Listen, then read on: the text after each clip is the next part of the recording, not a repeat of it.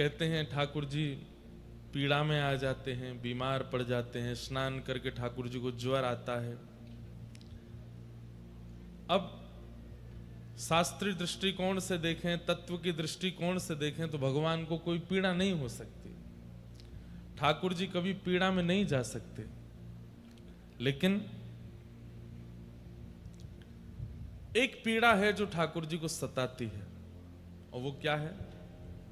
हमारी अश्रद्धा, हमारा अविश्वास, हमारे द्वारा किए गए अपराध, वो भी धाम में आके, तीर्थ में आके, ठाकुर जी के सन्मुख, उससे ठाकुर जी को पीड़ा होती है। लेकिन महाप्रभु जगन्नाथ इतना प्रेम करते हैं। कोई बात है वहां पे? आप बार बार इशारा कर रही हैं, स्क्रीन नहीं दिख रही है तो कोई बात नहीं, आप जाके बोल दो। बीच में बोलेंगे तो कथा रुकती है। वो अभी भैया सो के नहीं आए होंगे, जिनका कार्य रहता है, आ जाएंगे तो करवा देंगे।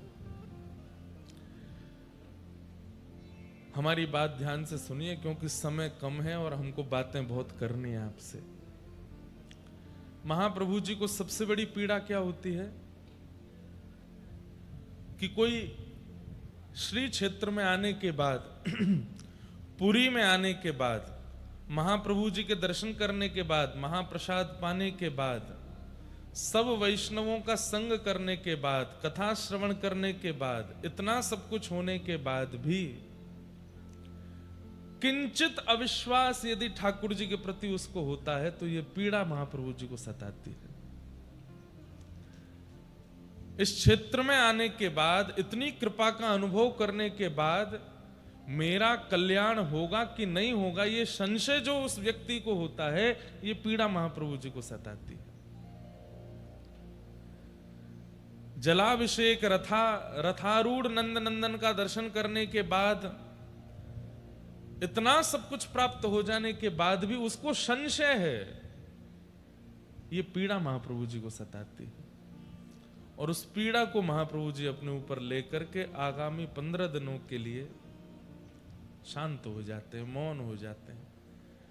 और हमारा जो अविश्वास है, हमारी जो अश्रद्धा है, हमारे जो पाप कर्म हैं, हम जो यहाँ इस तीर्थ में आकर के, इस क्षेत्र में आकर के अशुद्ध क्रिया करते हैं, उन सब क्रियाओं को अपने ऊपर लेकर के उनका उपशमन करने के लिए 15 दिन के लिए महाप्रभु जी औषधि लेते हैं। वो औषधि महाप्रभु जी नहीं लेते, वो हमको देते हैं।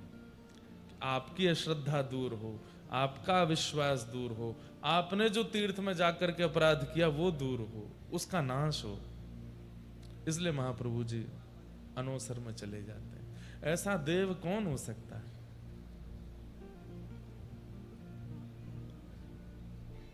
हे कृष्ण द्वारिका वासिन क्वासी क्वासी महाभुज। ये महाभुज कुंती और द्रौपदी दोनों ने इनका नामकरण किया है। द्रौपदी कह रही है महाभुज, और नहीं, उत्तरा और द्रौपदी।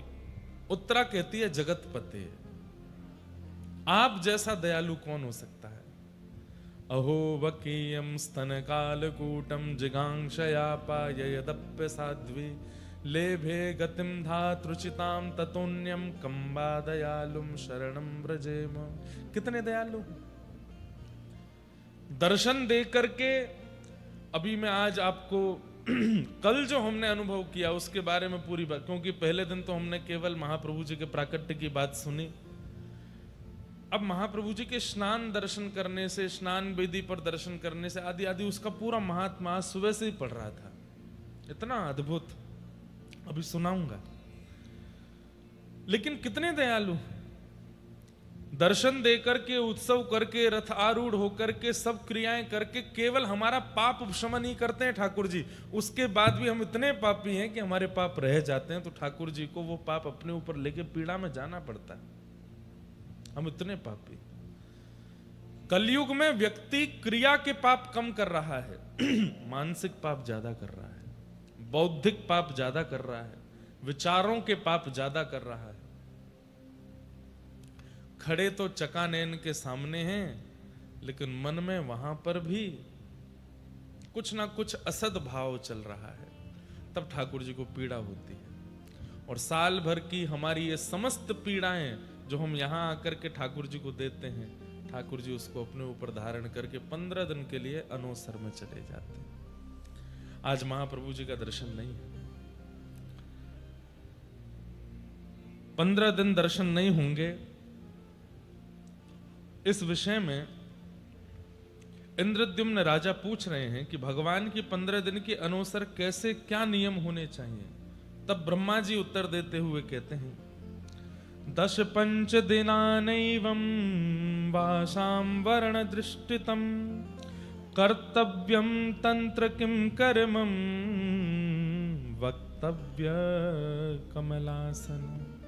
विशेष रूप से पुरी में निवास करने वाले और श्री जगन्नाथ जी की सेवा करने वाले और जिनके घर में भी महाप्रभु जी का स्वरूप विराजमान है, उनको ये बात ध्यान से सुननी चाहिए। जो लोग लाइव सुन रहे हैं वो भी सुनिएगा। 15 दिन स्नान कैसे होगा, ठाकुर जी की सेवा कैसे होगी, इस विषय में कहते हैं कि बांस पत्र बांधकर, जैसे आज ये पीछे बांस के पत्र बांध करके उसमें जगन्नाथ जी की जगह पर श्री नारायण, सुभद्रा जी के स्थान पर भुवनेश्वरी और बलभद्र जी के स्थान पर श्री वासुदेव, श्री वासुदेव जी को विराजमान करना चाहिए और इनका ही अर्चन और दर्शन करना चाहिए। महाप्रभु जगन्नाथ जी यदि किसी के घर में भी विराजमान हैं, उन्हें भी प्रयास करना चाहिए, आज महाप्रभु जी का मुख ढक दीजिए, अगले 15 दिन तक दूध का भोग लगाइए, औषधि दीजिए, ठाकुर जी अन्न सेवन नहीं करेंगे। और आगामी 15 दिन तक मंदिर का तो नियम है कि अंदर भीतर दीप भी नहीं जलेंगे, लाइट भी नहीं जलती है, ढोल नगाड़े ताशे नहीं बजते, गीत गोविंद का पाठ भी नहीं होता है, कोई भी ऊंचे स्वर में नहीं बोलता, उत्सव नहीं मनाता, सब एक प्रकार से मौन जैसे रहते हैं। क्योंकि महाप्रभु जी जब नहीं दिख रहे हैं तो फिर हमारे जीवन का अस्तित्व क्या है, इसलिए सब मौन हो जाते हैं, इसलिए सब शांत हो जाते हैं। लेकिन गीत गोविंद का पाठ क्योंकि चारों धामों में होता है, बद्री विशाल में भी होता है, द्वारिका में भी होता है, दक्षिण में भी होता है, इसलिए गीत गोविंद का भी यहाँ पर सब आप नृत्य दर्शन कर रहे थे। तो मंदिर के बाहर अपने घरों में गीत गोविंद गा सकते हैं, लेकिन महाप्रभु जी का मंदिर में गीत गोविंद का गान नहीं होता। ऊंचे स्वर में कोई बात नहीं करता। महाप्रभु जी की सेवा करने वाले थोड़े से पीड़ा में रहते हैं। क्यों? वैसे थोड़ा क्यों कहें, ज्यादा ही पीड़ा में रहते हैं। हमारे चकानैन महाप्रभु दिख नहीं रहे हैं, हम कैसे प्रसन्न रह सकते हैं। और ठीक 15 दिन बाद महाप्रभु जगन्नाथ जी की रथ यात्रा से ठीक एक दिन पहले नयन उत्सव होता है। उसको क्या कहते हैं? नयन उत्सव। दर्श बिन दुखन लागे नैन, दर्श बिन दुखन लागे। अच्छा, कई जगह महाप्रभु जगन्नाथ जी के बड़े विचित्र चित्र बना दिए जाते हैं कि महाप्रभु जी कार्टून के रूप में या किसी रूप में। देखो, महाप्रभु जी के रूप का भी भाव रखना चाहिए। महाप्रभु जी के सिर पर पट्टी रखी है, डॉक्टर उनकी नबज चेक कर रहे हैं, महाप्रभु जी के आगे काढ़ा रखा है, थर्मोमीटर में 100 से ऊपर लाइन जा रही है। ऐसे चित्र नहीं बनाने चाहिए। वो बहुत अंतरंग भाव है महाप्रभु जी का। कोई व्यक्ति पीड़ा में है, शोक में है, आप उसका बाहर अगर इस प्रकार से पोस्टर बनाए तो वो सामान्य व्यक्ति भी होगा तो उसको बुरा लगेगा।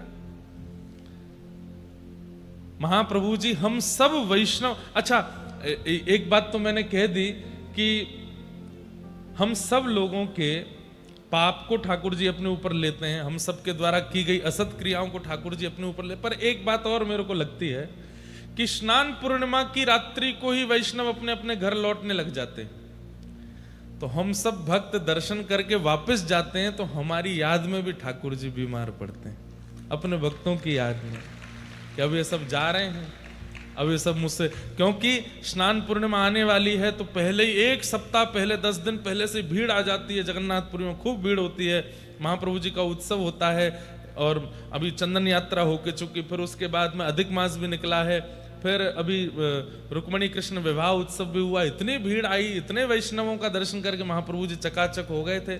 लेकिन जैसे ही पहुंडी करके महाप्रभु जी भीतर गए, लोग बाग रात्रि में ही अपने घर को प्रस्थान करते हैं, तो महाप्रभु जी उसके भी शोक में आ जाते हैं कि मेरे सब वैष्णव जा रहे हैं। इस भाव से भी शायद महाप्रभु जी एकांत में चले जाते हैं। तो इसलिए उन दिनों में कुछ ऐसा भाव नहीं करना चाहिए। जहां कहीं भी जगन्नाथ जी का स्वरूप है, चित्रपट है, चित्रपट तो रख सकते हैं, लेकिन बाकी कई स्वरूप हों उनको ढक देना चाहिए और केवल प्रार्थना करो कि महाप्रभु जल्दी मिलो। जब से तुम बिछुड़े पिए मोरे, जब से तुम बिछुड़े ने कहू पायो न चैन, ने कहू दर्श बिन दुखन लागे नैन, दर्श बिन दुखन लागे। कल महाप्रभु जगन्नाथ जी के स्नान दर्शन कितने लोगों ने किए? सब नहीं किए। कोई रह तो नहीं गया था? कोई रह गए थे क्या? कौन कौन ने नहीं किया? हाथ ऊपर करो। मतलब आप दर्शन ही नहीं करने गए? कल गए नहीं, मंदिर के सामने ही नहीं गए? कोई बात नहीं, जो करके आए हैं उनको देख लो, उसी से ही आपको पुण्य फल प्राप्त हो जाएगा।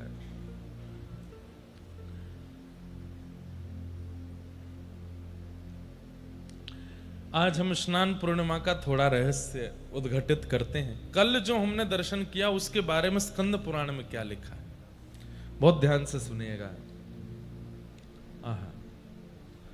न तस्य पाप संबंधम आत्मनि प्रभविष्यति, यात्रा कृत विधम वक्षे शृणुध्वं मुनयः परम।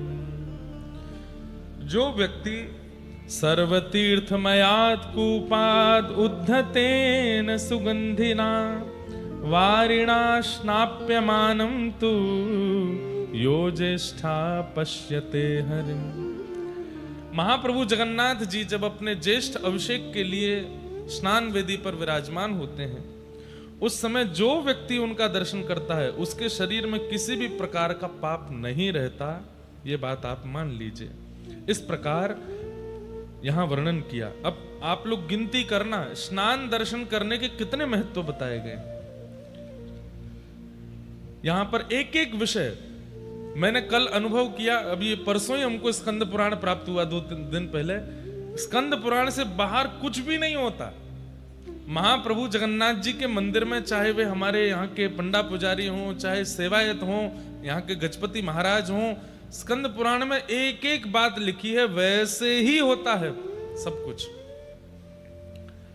क्या लिखा है कि सनई सनई स्ततो निर्ण्यु हरिम हलिपुरा सरम ब्राह्मणा क्षत्रिया वैश्या राज्ञां सम्मानितात्रता चमरैस्तालवृन्तैश्च विजयमानं निरन्तरं पुराकृतांगलेपं तं विष्णुरंगान आप्येत।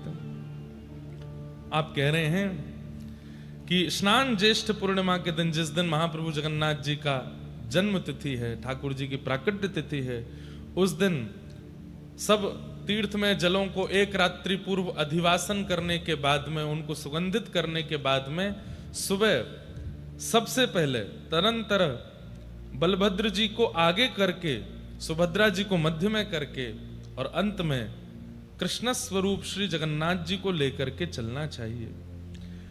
किन किन को उस यात्रा में रहना चाहिए महाप्रभु जी के आसपास? बोले राजा जिनको नियुक्त करें, सम्मान से ब्राह्मण क्षत्रिय वैश्य जो राजा के द्वारा नियुक्त हैं महाप्रभु जी की सेवा में, वे सब चमर बजाते हुए नाद करते हुए, खूब नृत्य करते हुए, महाप्रभु जी की पहुंडी करते हुए उनको स्नान वेदी की ओर लेकर के जाएं। फिर वर्णन क्या कर रहे हैं? अब इसमें बहुत छोटी छोटी बात लिखी है कि बड़ी सावधानी का इतने यहां पर वर्णन है कि इतनी सावधानी रखनी चाहिए कि महाप्रभु जी को किसी प्रकार का कष्ट ना हो, महाप्रभु जी को किसी प्रकार की पीड़ा ना हो। यदि किसी के द्वारा महाप्रभु जी को पहुंडी के समय पीड़ा होती है, सब सेवायतों के लिए लिखा है, तो फिर उसका वंश पर भार पड़ता है, उस राज्य का कल्याण नहीं होता है, आदि आदि सब बातें यहां पर लिखी गई हैं। नर के नियताम वासो भवे तेषाम दुरात्मना। अरे कहते हैं कि महाप्रभु जी जब पहुंडी करते हुए जा रहे हैं, उस समय उनको कोई अगर दारू ब्रह्म ना मान करके कुछ और विचार करता है कि अरे ये परमात्मा कैसे हैं, ये भगवान कैसे हैं, या कोई उनके बारे में कुछ भी मन में दुर्भाव लेकर के आता, उसका नरकवास हो जाता है। साक्षात पर ब्रह्म हैं, उनके प्रति किसी भी प्रकार का दुर्भाव मत लेकर के आओ। निर्मितायाम प्रकृति कृतो पुरा मनवंतरादिषु। अच्छा देखो, अब आज एक नई बात और पढ़ने में आई, हमको समझने और सुनने योग्य बात है। महाप्रभु जगन्नाथ जी कितने पुराने हैं? जिस मनवंतर में हम लोग रह रहे हैं, सतयुग त्रेता द्वापर कलयुग, सतयुग त्रेता द्वापर कलयुग, ये चतुर्युगी जब 71 बार बीत जाती है, 71 टाइम्स जब ये सतयुग त्रेता द्वापर कलयुग निकल जाते हैं, तब एक कल्प पूर्ण होता है। ऐसे कुछ कल्पों में एक मनवंतर पूर्ण होता है। जिस मनवंतर में हम लोग हैं, इस मनवंतर की एक चतुर्युगी जब निकल गई थी, मतलब सतयुग त्रेता द्वापर कलयुग एक बार जब प्रस्थान हो गया, उसके बाद पुनः जब सतयुग आया, उस सतयुग की प्रथम ज्येष्ठा माने की जो कल तिथि थी, उस पर महाप्रभु जगन्नाथ जी विराजे। अभी जो हम चल रहे हैं, अभी ये मेरे को, अभी ये तो आचार्यों से पूछना पड़ेगा, अभी कितनी चतुर्युगी बीत चुकी हैं जब से पृथ्वी बनी है? कोई है यहाँ पे? कितनी त्रिपाठी जी संकल्प करते हैं, कितनी चतुर्युगी बीत चुकी हैं? सौम्या भाई को पता होगा। हाँ, अभी वैवस्वत मनु का राज्य चल रहा है ना, यहां पर लिखा है कि स्वारोचिष मनु नाम के मनु थे, तब महाप्रभु जगन्नाथ जी प्रकट हुए। अभी वैवस्वत मनु है, मतलब एक मनवंतर तो निकल चुका है महाप्रभु जगन्नाथ जी को प्रकट हुए। भगवान कृष्ण का अवतरण पिछले द्वापर में हुआ, इस कलयुग से पहले जो द्वापर आया। तो यहां पर क्या लिखा है, मेरे पढ़कर के रोंगटे खड़े हो गए। क्या? वैवस्वतेन्तरे सप्तविंशो चैव चतुर्युगे द्वापरान्ते समायातो तदा कृष्णार्जुनो भुवै। पिछले द्वापर में जब भगवान कृष्ण प्रकट हुए, तब अर्जुन को भगवान ने एक दिन बैठ करके कहा, चलो तुम्हें अपने एक रूप का दर्शन करा के लाता हूं। और महाप्रभु जगन्नाथ जी का दर्शन करने के लिए भगवान कृष्ण यहां आए और 3 दिन तक यहां विराजमान रहे। व्रत नियम अनुष्ठान करते हुए भगवान कृष्ण ने भी महाप्रभु जगन्नाथ के दर्शन किए। अब लोगों में एक बात की भ्रांति और संशय हो जाता है, क्या जगन्नाथ जी कृष्ण नहीं है? कृष्ण अवतार भी एक बार नहीं होता, हर द्वापर में भगवान कृष्ण प्रकट होते हैं। लीलाओं में थोड़ा थोड़ा संशोधन करते रहते हैं। पूर्व में ठाकुर जी एक द्वापर लीला में कृष्ण बन के प्रकट हो चुके हैं, उसके बाद महाप्रभु जगन्नाथ जी का रूप प्रकट हुआ है। तो लेकिन इस द्वापर में जो पूर्व की द्वापर है, तब श्री कृष्ण और अर्जुन यहां आए हैं और आकर के भगवान का दर्शन किया, और केवल दर्शन नहीं किया। क्या लिखा है? त्रिदिनानि स्थितावत्र व्रतस्तथो मधुसूदनम। 3 दिन यहां रहे, और 3 दिन कैसे रहे? बोले व्रत नियम करके, जो श्री क्षेत्र के नियम उन सबका पालन किया। भक्त्या संपूज्यतम स्थित्वा जगमत्तु द्वारकाम पुनः। 3 दिन यहां रह करके महाप्रभु जी का दर्शन करने के बाद तब भगवान कृष्ण लौट करके द्वारिका गए। आप जिन महाप्रभु जी का दर्शन कर रहे हैं, इनके सामने आकर के हमारे वृंदावन वाले लाला भी ऐसे प्रणाम करते हैं, अपने ही रूप को आप ही पूजे आप पूजावे। ये तो एक अद्भुत बात पढ़ने में आई कि यहाँ पर भगवान कृष्ण भी दर्शन करने आए। महाप्रभु जगन्नाथ जी बहुत पुराने हैं, कोई वर्णन नहीं कर सकता कि करोड़ वर्ष है, लाख वर्ष हैं, अरब वर्ष हैं, कितने हैं। साक्षात परब्रह्म जगत नियंता जगदाधार जिनसे ये सृष्टि चल रही है, वो इस वक्त कहां है? मंदिर में विराजमान, वही महाप्रभु जगन्नाथ है, उनमें कोई अंतर नहीं है। तो इसलिए इन महाप्रभु जी की पहुंडी करते समय, इन महाप्रभु जी का दर्शन करते समय सेवायतों को भी बहुत ध्यान रखना चाहिए। महाप्रभु जी को कष्ट ना हो, महाप्रभु जी को किसी प्रकार की पीड़ा ना हो, और दर्शनार्थियों को भी ध्यान रखना चाहिए कि किसी भी प्रकार का अपराध आपसे ना बने। बहुत ध्यान से सब लोग सुनो। इस प्रकार भगवान की पहुंडी करते हुए उनको स्नान वेदी तक लेके जाना चाहिए। अब आप गिनती करना कि स्नान दर्शन के कितने फल हैं। पहला, स्नाप्यमानं तु पश्यन्ति ये नरास्तत्र संस्थिता गर्भोदकेन स्नपनं न ते पुनर्वाप्युन। जो मनुष्य स्नान काल में भगवान का दर्शन करता है, उसको पुनः मातृ गर्भ में नहीं आना पड़ता। उसी समय निश्चित हो जाता है कि ये उसका अंतिम जन्म है, अब वह दोबारा धरती पर नहीं आएगा। आप में से जितने लोगों ने कल महाप्रभु जी का दर्शन किया, चलो हमने कथाएं कह कह करके महाप्रभु जी के बारे में सुना करके जबरदस्ती खींच खांच के आपको दर्शन कराई दिए, अब पुनर्जन्म नहीं होगा आपका, ये अंतिम जन्म है। इस बात को निश्चित करके जाइए कि अंतिम जन्म है। एक बार हमारे आज जीजा जी आए, गुसाई जी, राधा रमन लाल जी के, आप हमसे बोले मुझे तो पुनर्जन्म लेना है। मैंने क्यों?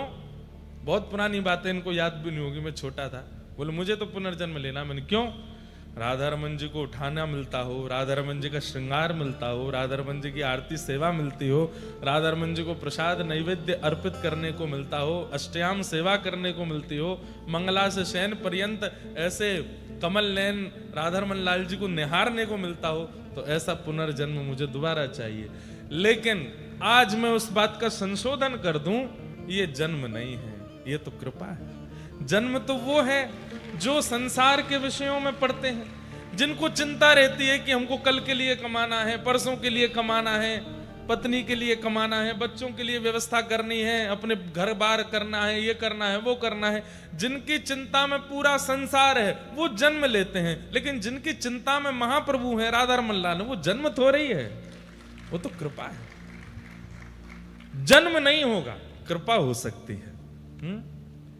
हो सकता है कि अगली बार जब आप आओ तो क्या पता महाप्रभु जगन्नाथ जी के ही सेवायतों में कहीं जन्म हो जाए, क्या पता किसी मंदिर में, किसी तीर्थ में द्वारिकाधीश के सेवायतों के यहाँ जन्म हो जाए, क्या पता रंगनाथ के सेवायतों में जन्म हो जाए, क्या पता बद्री विशाल प्रभु के दक्षिण में जो सेवायत हैं शंकराचार्य जी द्वारा नियुक्त, उनके सेवायतों में जन्म, कहीं ऐसी जगह आपका प्राकट्य हो जाए जहां आपको महाप्रभु जी की सेवा मिले, ठाकुर जी की सेवा मिले, तो वो जन्म थोड़े ही है, वो तो कृपा है।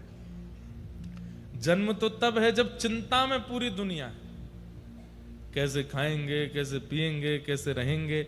लेकिन सेवायतों को भी चिंता रहती है, लेकिन चिंता किस बात की रहती है? महाप्रभु जी को क्या खिलाएंगे, महाप्रभु जी को कहां पहुंचाएंगे, महाप्रभु जी का कैसे उत्सव करेंगे। महाप्रभु चिंता में केवल ठाकुर जी हैं, वो तो कृपा है, वो जन्म नहीं। तो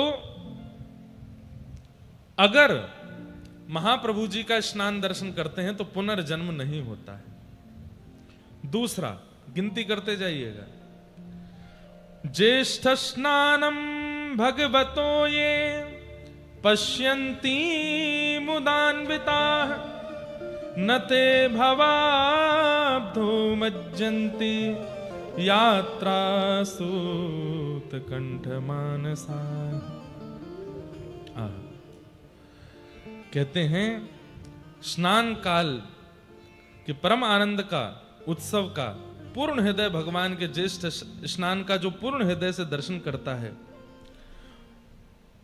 वो जीवगण भव सागर में निमग्न होते हैं, खूब आनंद में निमग्न होते हैं, उनके चित्त में चिंताएं नष्ट हो जाती हैं, उनके चित्त में केवल ठाकुर जी के प्रति प्रेम प्रकट होने लगता है। मतलब प्रेम वर्धन करना हो, ठाकुर जी से और प्रीति करनी हो, तो ठाकुर जी के स्नान दर्शन करो, फिर अगला तीसरा क्या लिखा है, बुद्धि कृतः पुंसाम अनादि पाप संचयः तत्क्षणान्नाशमायाति पश्यताम स्नपनम हरे। जो व्यक्ति महाप्रभु जगन्नाथ जी के स्नान का दर्शन करता है, बाल्यकाल से लेकर के अब तक ज्ञात अज्ञात रूप से जो भी पाप हुए हैं सब नष्ट हो जाते हैं, तत्क्षण खत्म हो जाते हैं। चौथा, अब यहां पर 3-4 बात कहने के बाद में लोगों को लगता है ना बड़ा चढ़ा करके बोल रहे हैं, तो यहां पर अब अगले भाव में क्या कह रहे हैं, व्यास जी महाराज लिखते समय कह रहे हैं सत्यम सत्यम पुनः सत्यम। बोले मैं 3 बार कह रहा हूं, सत्यम सत्यम पुनः सत्यम ब्रवमी द्विज पुंगवा सर्व संताप समनः शेष मलनाशनम। मेरी बात को आप बढ़ा चढ़ा करके अतिशयोक्ति में मत लीजिएगा। सत्यम सत्यम सत्यम, मैं 3 बार सत्य कहकर के बोल रहा हूं कि मैं जो स्नान करते हुए महाप्रभु जगन्नाथ जी के पुण्य बता रहा हूं ये बिल्कुल सत्य हैं। इससे बड़ा उत्सव इस ब्रह्मांड में कोई नहीं है, महाप्रभु जगन्नाथ जी का स्नान दर्शन करना। स्नपनम श्रीपते ज्येष्ठ्याम यदि भक्त्या विलोकितम प्रायश्चित्त निमित्तानि यानि पापानि सन्ति वे। जो लोग अपने पाप का प्रायश्चित करना चाहते हैं, मतलब अपना पाप याद है मैंने ये पाप किया है और मैं इसका क्या करूं, कैसे करूं, इससे कैसे बचूं, इसका प्रायश्चित क्या करूं, तो बोले प्रायश्चित करने में कुछ समझ ना आ रहा हो कि क्या प्रायश्चित करें, तो ज्येष्ठ पूर्णिमा के दिन महाप्रभु जगन्नाथ जी का स्नान दर्शन कर लो, आपका प्रायश्चित हो जाता है, सारे पापों से आप मुक्त हो जाते हैं। तानि सर्वाणि क्षीयन्ते पश्यताम, 4 हो गए हैं, 5वां बता रहे हैं। तानि सर्वाणि क्षीयन्ते पश्यताम स्नपनम हरे नातः परतरम कर्म यानायासेन मोचनम। इससे बड़ा कोई पुण्य इस सृष्टि में नहीं है। इस बात को श्री व्यास जी महाराज यहां पर वर्णित कर रहे हैं।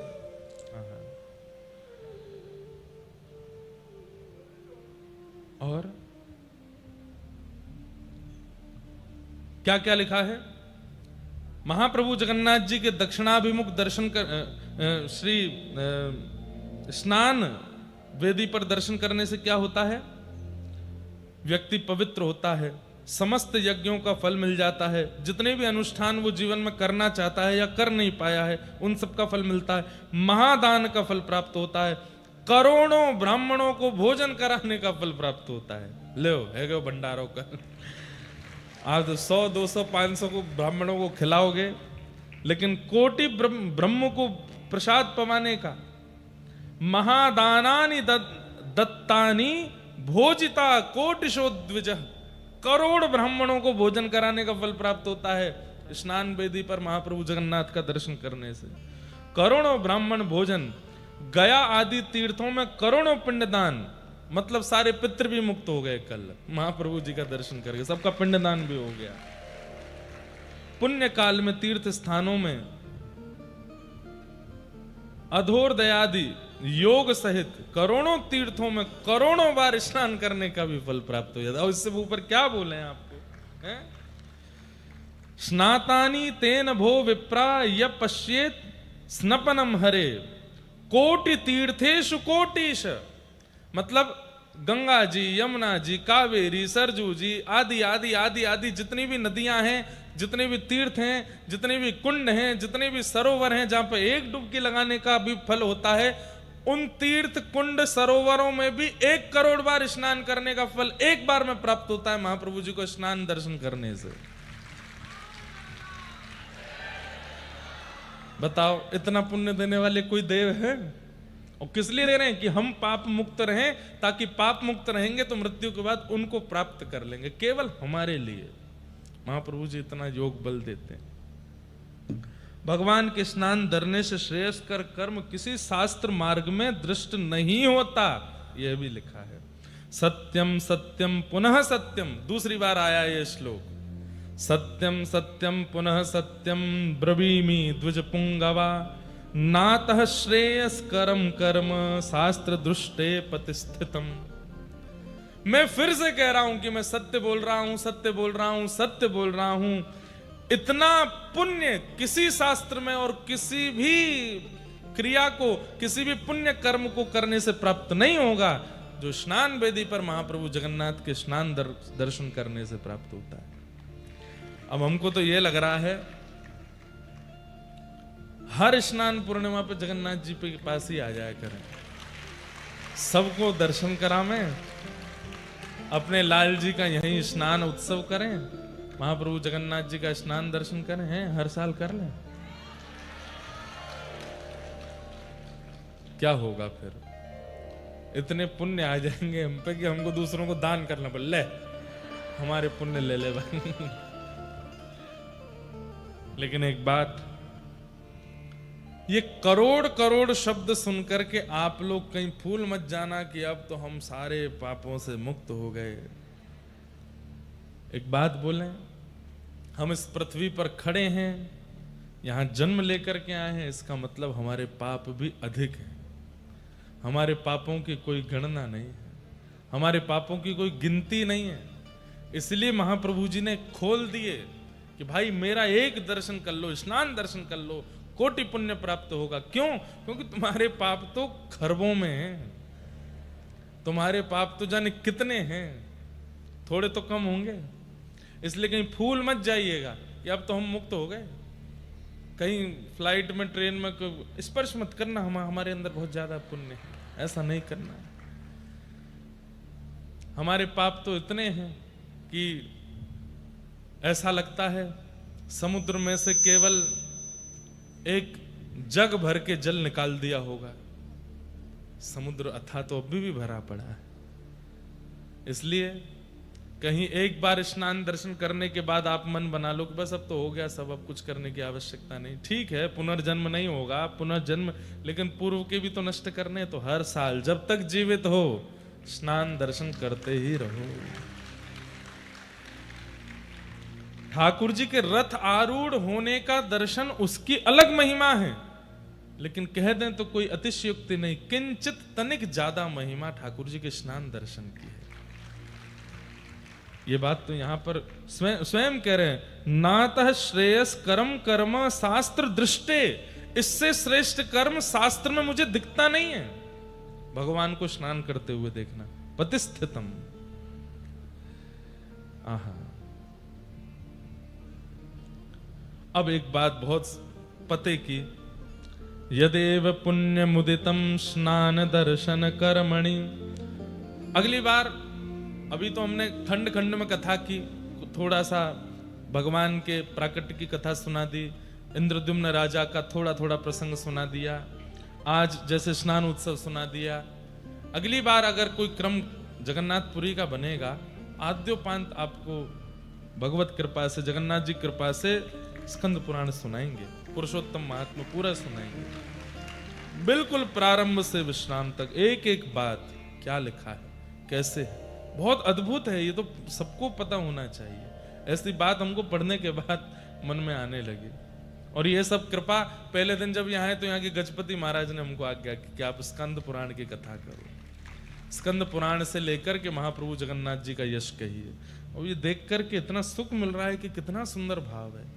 अभी तक जो हम बताते आए उनसे भी लाख गुना सुंदर भाव तो यहां वर्णन है। क्या लिखा है?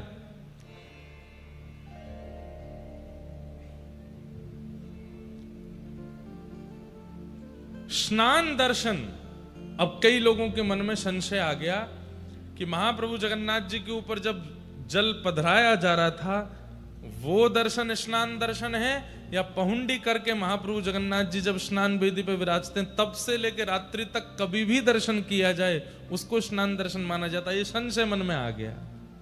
तब कह रहे हैं, यदेव पुण्य मुदितम स्नान दर्शन कर्मणि तत्फलम वाप्नोति दृष्ट्वा मंचस्तमुच्यतम।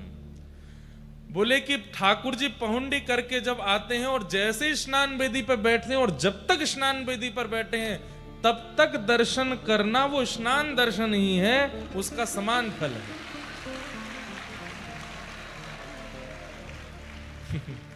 क्योंकि कई लोगों को चिंता हो गई कि हमने तो महाप्रभु जी के स्नान के समय नहीं किए दर्शन, लेकिन स्नान वेदी पर कितनी भी देर महाप्रभु बैठे उस समय जब जब आप दर्शन कर रहे हो उसका पुण्य अतीत है।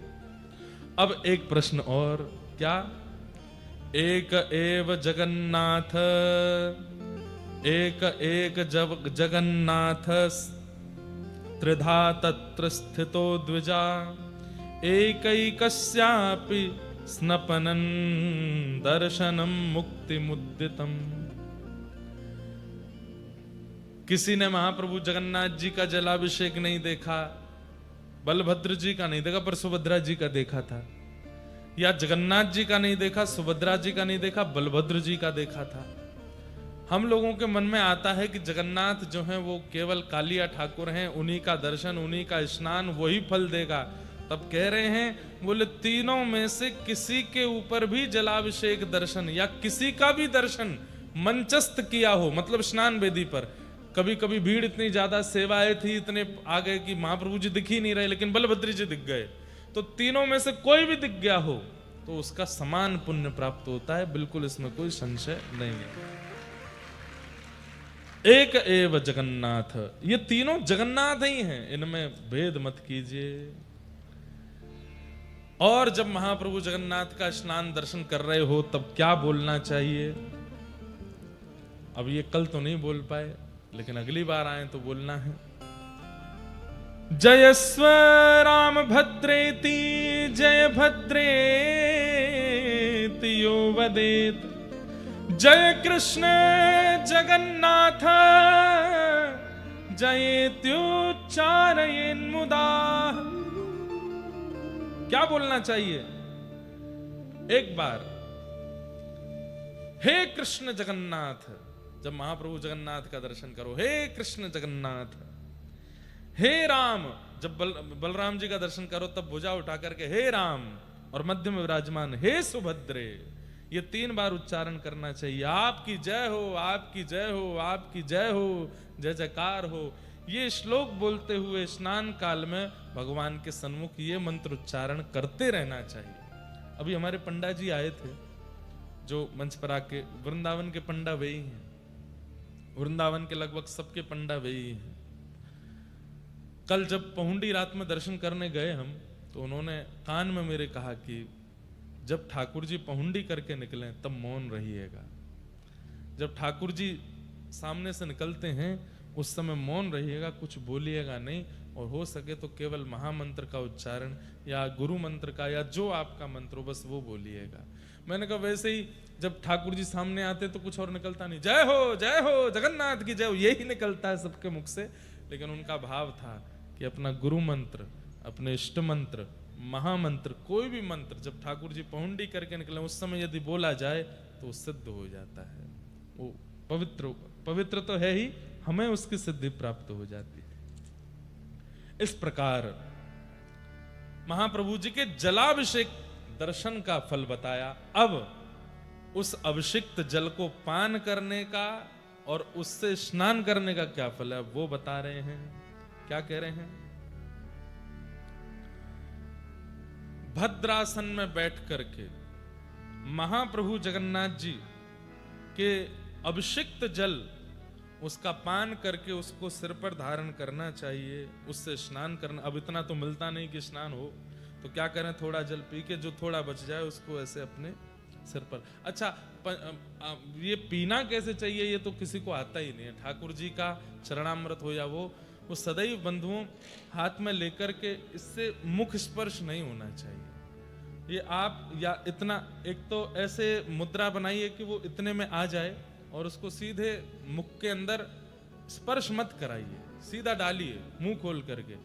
मुख में जाएगा, थोड़ा मुख पे लग जाएगा, उसको मुख पे पहुंच लीजिए।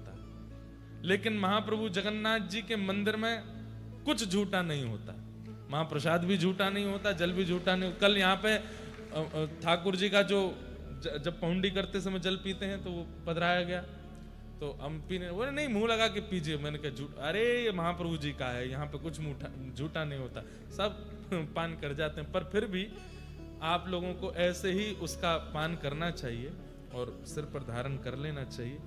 ऐसे में नहीं हो पाता तो ऐसे लेकर के उसको ऐसे धारण करना चाहिए, ताकि हाथ आपका झूठा ना हो, अपवित्र ना हो। महाप्रभु जी के जल, स्नान युक्त जल का सेवन करने से और अपने सिर पर धारण करके उसका स्नान मानने, स्नान मतलब पूरा नहाना नहीं होता, केवल मस्तक पर धारण कर लो, नेत्रों से लगा लो, वक्ष पर लगा लो, ये स्नान है। उसका क्या है पुण्य? अपुत्रामृत वत्सा वा वंध्या वापि लभेत सुतम सुभगः सर्वलोकानां निर्धनो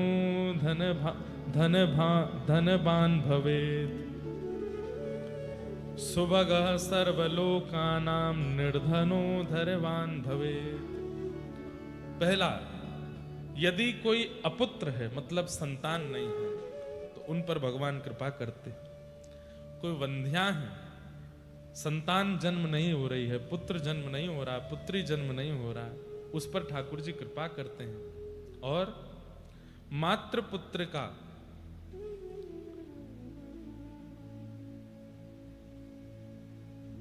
पुत्र प्राप्त होगा, पुत्री प्राप्त होगी।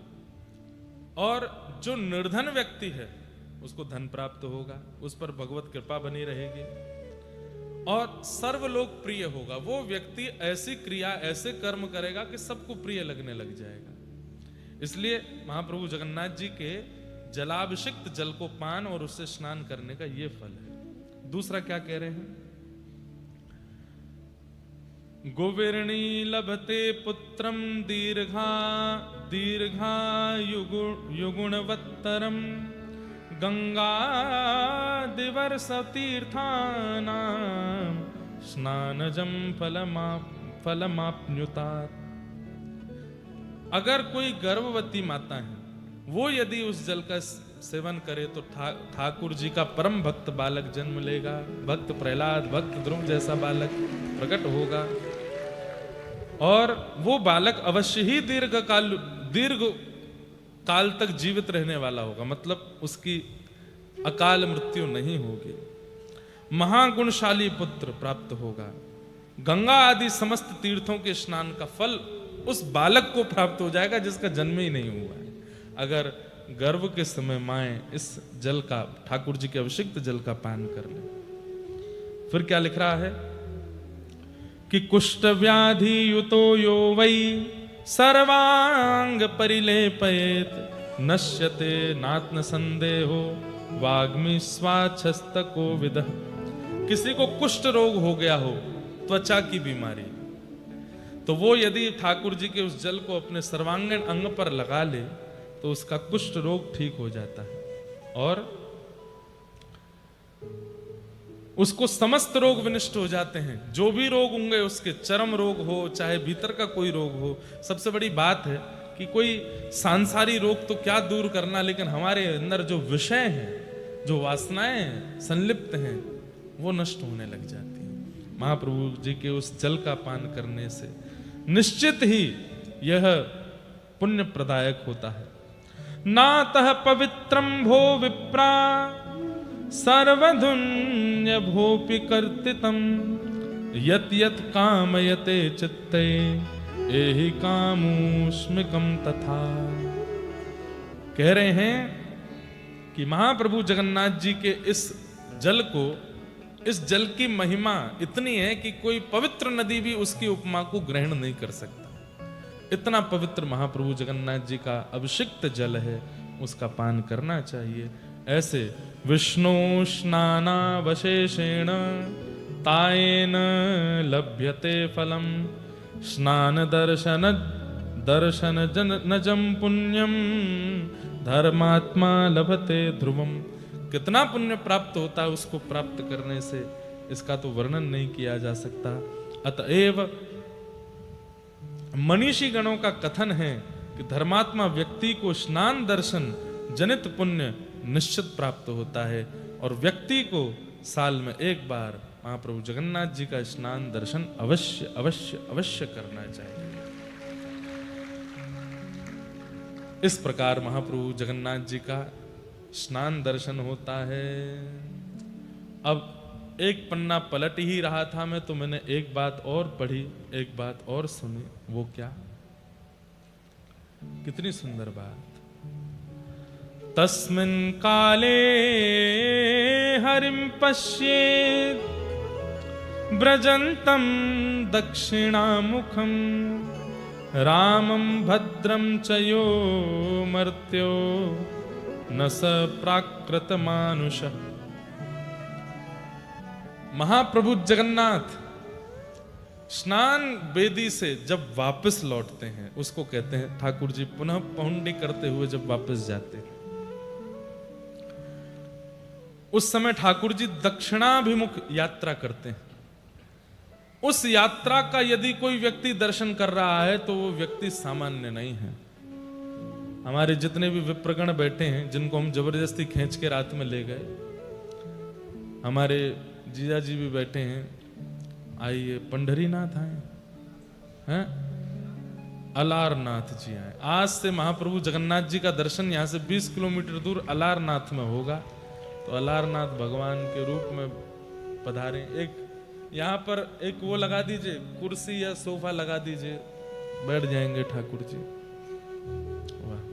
श्री चैतन्य महाप्रभु का कथन है कि 15 दिन जब महाप्रभु जी का दर्शन जगन्नाथपुरी में नहीं होता, तो समीप में ही अलारनाथ नाम का एक स्थान है, वहां पर महाप्रभु जी विराजमान होते हैं और वहां उनका दर्शन करने से जगन्नाथ दर्शन का फल प्राप्त होता है। बोल अलारनाथ भगवान की। वाह। आप प्रसाद लाएं हमारे लिए। जय।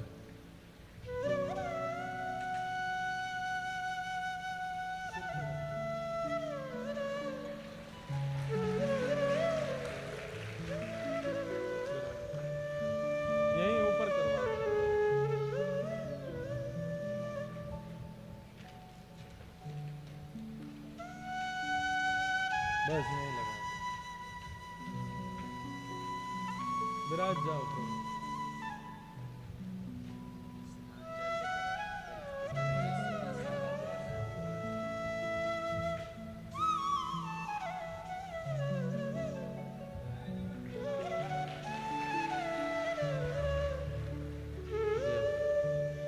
महाप्रभु जगन्नाथ जी का आप सबकी ओर से स्नान जल प्राप्त हुआ है, तो अब इतना तो वितरण नहीं कर पाएंगे, आप सबकी तरफ से हम ही पा लेते हैं।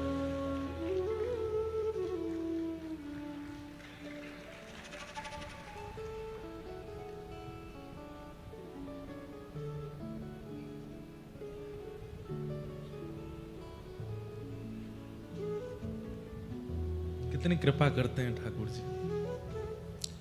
कल जब हम स्नान दर्शन करने गए थे तो बहुत भीड़ लगी थी, नहीं जा पा रहे थे और स्नान प्रारंभ हो गया था। सामने ही थे ठाकुर जी, लेकिन भीड़ इतनी थी कि दिख नहीं रहे थे, स्नान चल रहा था। और वहां ऊपर से जब स्नान जल लेके पंडा पुजारी सब दौड़ते हैं और जनता उनके पीछे भागती है, नेक जल दो। इतने में ही एक पुजारी जी पंडा जी आए, आके हमारे सामने खड़े हो, जल्दी हाथ करो, जल्दी हाथ करो। पीछे पूरा जन सैलाब भाग रहा था उनके पकड़ने, हाथ किए, जल दिया, बोले पान कर जाओ, पान किए। मैंने कहा बस मिल गया, यहीं जल प्राप्त हो गया। तो महाप्रभु जी का ऐसा जल प्राप्त हुआ। जो लोग कल पहुंडी दर्शन किए हैं, ठाकुर जी का रात्रि जब वापस प्रस्थान करते हैं तो महाप्रभु जगन्नाथ जी जब स्नान वेदी पर विराजमान होते हैं, स्नान वेदी से जब वापस मंदिर की ओर मुड़ते हैं तब दक्षिणाभिमुख यात्रा करते हैं। तो एक बार ठाकुर जी जब स्नान वेदी से उतर करके जब इधर की ओर देखते हैं तब ठाकुर जी दक्षिणाभिमुख होते हैं। उस समय ठाकुर जी का यदि कोई दर्शन कर रहा है तो तस्मिन् काले हरिम पश्येत व्रजंतम दक्षिणामुखम रामम भद्राम च यो मर्त्यो न स प्राकृत मानुषः। वो प्राकृत, वो सामान्य मानव नहीं है जो उस समय ठाकुर जी का दर्शन कर रहा है। तो जिन जिन को हम खींच के ले गए थे रात में, हमको तो बलभद्र जी का दर्शन पौंडी करने के बाद में फिर हम वापस आ गए थे, क्योंकि स्वास्थ्य थोड़ा अनुकूल नहीं लग रहा था, सुबह कथा कहनी थी। लेकिन मुझे दिक्कत नहीं है, मैं तो फिर भरपाई कर लूंगा, मैं रथ यात्रा में फिर से आ जाऊंगा, कैसे भी आ जाऊंगा, मैं तो कहीं भी मैं तो कर लेता हूं, महाप्रभु जी की कृपा कर दे। और ये मुझे विश्वास, अभिमान नहीं है, विश्वास है कि वो फिर से बुला लेंगे। तो मैं तो निकल गया था, लेकिन बाकी सबको मैं रोक के गया। मैंने कहा अभी बलभद्र जी गए, सुभद्रा जी, जगन्नाथ जी आएंगे, दर्शन करके ही लौटना, इसका फल सामान्य नहीं हो सकता। महाप्रभु जी पौंडी करते हैं, उसका बहुत बड़ा फल है। क्या फल है अब यहां वर्णन कर रहे हैं। भगवान की दक्षिण मुखी यात्रा देखने के लिए जो व्यक्ति खड़ा रहता है, धर्म शास्त्र समूह में जो कुछ धर्म कार्य वर्णित हैं वे सब उस समय उसको हो जाते हैं, उसको प्राप्त हो जाते। जितने भी धर्म कार्य शास्त्रों में वर्णन किए गए हैं, संध्योपासन का, गायत्री अनुष्ठान का, तीर्थ यात्राओं का, सुंदर नदी स्नान का। कल ठाकुर जी की पौंडी दर्शन की कितनों ने थी हाथ ऊपर करना, रात्रि में जब वापस लौट रहे थे। आप लोग भी हाथ ऊपर कीजिए। और कौन था हमारे परिकर में से, हाँ, जिनको खींच खींच के ले गए थे हम, आप सब ने किए। भगवान की दक्षिण मुखी यात्रा देखने के लिए जो व्यक्ति खड़ा रहता है, धर्मशास्त्र समूह में जो कुछ धर्म कार्य वर्णित हैं वे सब उस समय उसको प्राप्त हो जाते हैं। जो मनुष्य स्नात भगवान मुरारी की दक्षिणाभिमुख गमन काल में दर्शन करता है, वह स्नान दर्शन हेतु समस्त पुण्यों को प्राप्त कर ले। मतलब पूरे दिन दर्शन नहीं कर पाए, रात्रि में दक्षिणाभिमुख ठाकुर जी का दर्शन कर लेते हैं, तो पूरे दिन दर्शन, सामने खड़े रह के दर्शन करने का जो फल पंडा पुजारियों को प्राप्त हो रहा है, वो रात्रि की पौंडी देखने से प्राप्त हो जाता है। इतना फल ठाकुर जी के सुंदर उस भाव का यहां पर बताया गया है।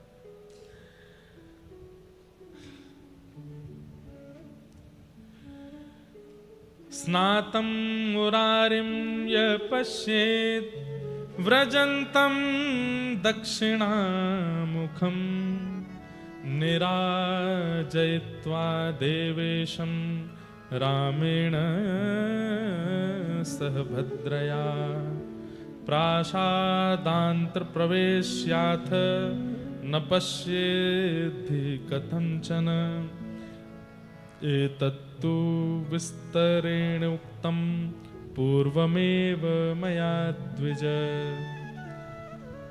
बलराम जी और देवी सुभद्रा जी के साथ श्री जगन्नाथ जी निराजन पूर्वक श्री मंदिर की ओर अभ्यंतर में प्रवेश करा के कदापि और दर्शन कराते हुए चले जाते हैं। उसके बाद 15 दिन तक महाप्रभु जी का दर्शन नहीं करना चाहिए, इसकी आज्ञा यहां पर दी गई है। और अब स्नान दर्शन तो हो चुके, ठाकुर जी का अभिषेक जल भी प्राप्त हो गया, अभिषिक्त जल से हमने थोड़ा स्नान भी कर लिया, लेकिन किसी कारणवश स्नान दर्शन भी नहीं कर पाए, पुरी भी नहीं जा पाए, ठाकुर जी के इस मंगलमय भाव का दर्शन नहीं कर पाए, ठाकुर जी का अभिषिक्त जल का हम पान भी नहीं कर पाए। ऐसे अभाग्य हमारे जीवन में थे, तो अब हम क्या करें?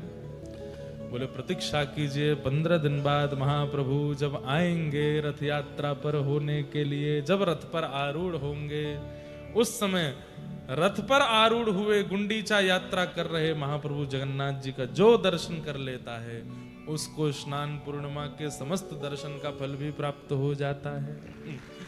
तो जो लोग अब रह गए वंचित, 15 दिन बाद फिर आ जाइए। महाप्रभु जगन्नाथ रथ यात्रा करते हुए गुंडीचा जाएंगे और फिर 7 दिन वहां विराज करके फिर लौट करके गुंडीचा से वापस मंदिर आएंगे। ठाकुर जी का ये मंगलमय दर्शन जो कर ले उसको भी फल प्राप्त होता है। इस प्रकार स्कंद पुराण युक्त पुरुषोत्तम महात्मा में स्नान पूर्णिमा के दर्शन का अद्भुत फल बताया गया, जो हम लोग श्रवण कर रहे थे। उन्हें